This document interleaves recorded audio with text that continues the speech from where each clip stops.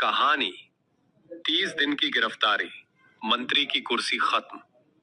कभी कभी संविधान में बदलाव की चर्चा हमें किताबों जैसी लगती है, लेकिन सोचिए अगर ये सब आपके सामने घट रहा हो। दिल्ली के संसद भवन में एक दिन गहमा गहमी थी। गृह मंत्री खड़े हुए और बोले, मैं संविधान 130वां संशोधन विधेयक 2025 पेश करता हूं। सदन में सन्नाटा छा गया। सबके मन में सवाल, क्या बदलाव आने वाला है? गृह मंत्री ने बताया, अब अगर प्रधानमंत्री, मुख्यमंत्री या कोई भी मंत्री गंभीर अपराध में लगातार 30 दिन तक हिरासत में रहता है तो उसकी कुर्सी अपने आप चली जाएगी। 31वें दिन से वो मंत्री नहीं रहेगा। सदन में हलचल मच गई। अब मंत्री जेल से शासन नहीं कर पाएंगे। दो कैसे होगा? केंद्रीय मंत्री, राष्ट्रपति को प्रधानमंत्री की सलाह पर उसे हटाना होगा। राज्य मंत्री, राज्यपाल को मुख्यमंत्री की सलाह पर हटाना होगा। दिल्ली सरकार के मंत्री, राष्ट्रपति दिल्ली के मुख्यमंत्री की सलाह पर हटाएंगे। प्रधानमंत्री या मुख्यमंत्री, उन्हें 31वें दिन तक इस्तीफा देना होगा, नहीं तो पद अपने आप चला जाएगा। पर रुकिए, रिहाई के बाद वे फिर से मंत्री बन सकते हैं। इन क्यों जरूरी माना गया? कहानी के नायक नायिकाएं यानी विधेयक समर्थक कहते हैं, ये ईमानदार राजनीति की ओर कदम है।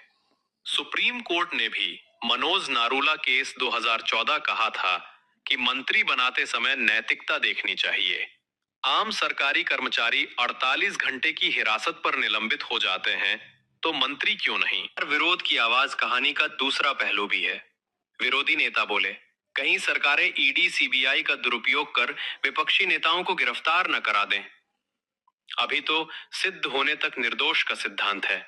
सिर्फ गिरफ्तारी पर कैसे हटाया जा सकता है?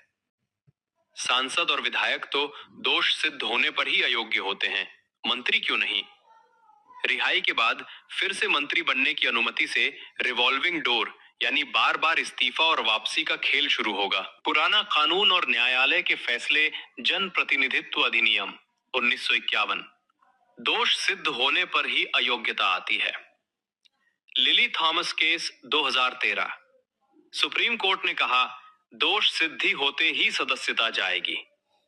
मनोज नारूला केस 2014, नैतिकता की बात जरूर कही, लेकिन कोई कानूनी रोक नहीं।